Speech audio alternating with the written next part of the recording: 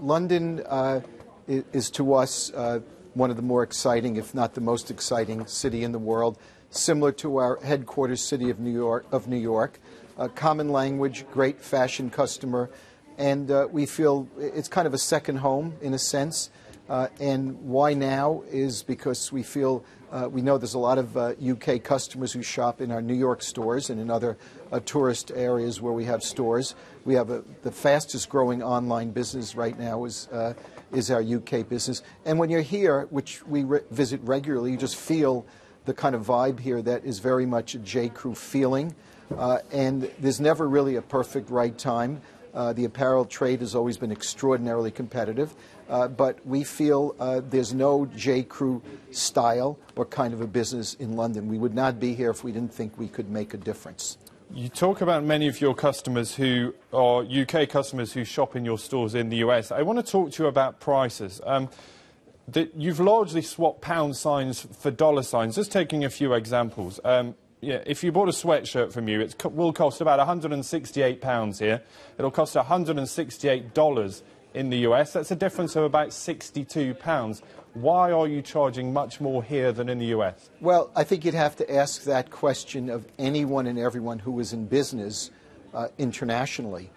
It's a matter of cost differentials. We're doing, frankly, what most other people do. I believe Range Rovers cost more in the US than they do in England. We sell Barber jackets, which we love. They cost more in our stores in the U.S. than they do here. It's a matter of economics, cost of doing business. And I might add, it's not a formulaic swap. We look at all the goods and we look at the competition, we look at value.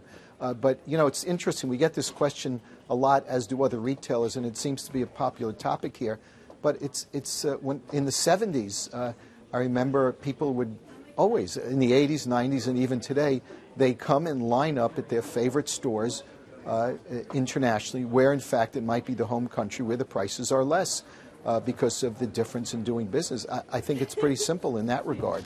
We're not doing anything that others don't do or don't have to do because of economics.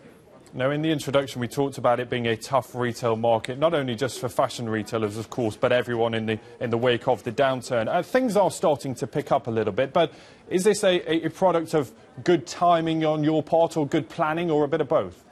I think it's a matter of we decided 2 years ago we were ready to come here, and I don't think we're here for an uptick or a downtick. We would have done this regarding what the environment is. Let's face it. There are more retailers in the world than you need. There's more product assortment than one needs. And I've been doing this a very long time, and it's somewhat cyclical. So I don't think it's a matter of good timing. If there's, in fact, a general uptick, we're happy about that. But when we come to a new country like the UK and we walk Regent Street, the high streets, I think there's a distinct difference between what we offer and a lot of others. And the other thing is you can buy J. Crew in very few places in the world. You mentioned 400 some odd stores and online. Most brands are available a touch away, your device, etc. Sorry to interrupt. I just wanted to talk about your rivals in the market. You look at the nature of the retail fashion market here in the UK. Who is your closest competitor? Who would you want to edge out of the market? Well, I'll tell you, I'm not going to answer that because I don't want anyone to know that I think they're our closest competitor. I start with anyone with a sewing machine. Everyone is a competitor today. Years ago, you'd shop designer, you'd shop discount. People are cross-shopping worldwide. I can't speak to the UK because, in fact, it's a new market for us. But if you look at what's going on in America, the discounters are closing in to the high streets. The discounters' values, in a sense, are relatively speaking, at market caps are higher. And what brand do the discounters not sell in America? I don't think it's the same here. We're going to school here. But, you know, anyone who sells clothes is a competitor. People we know and our own information is they're shopping high, they're shopping low, they're shopping quality, they're shopping discount. And it's hard to categorize that.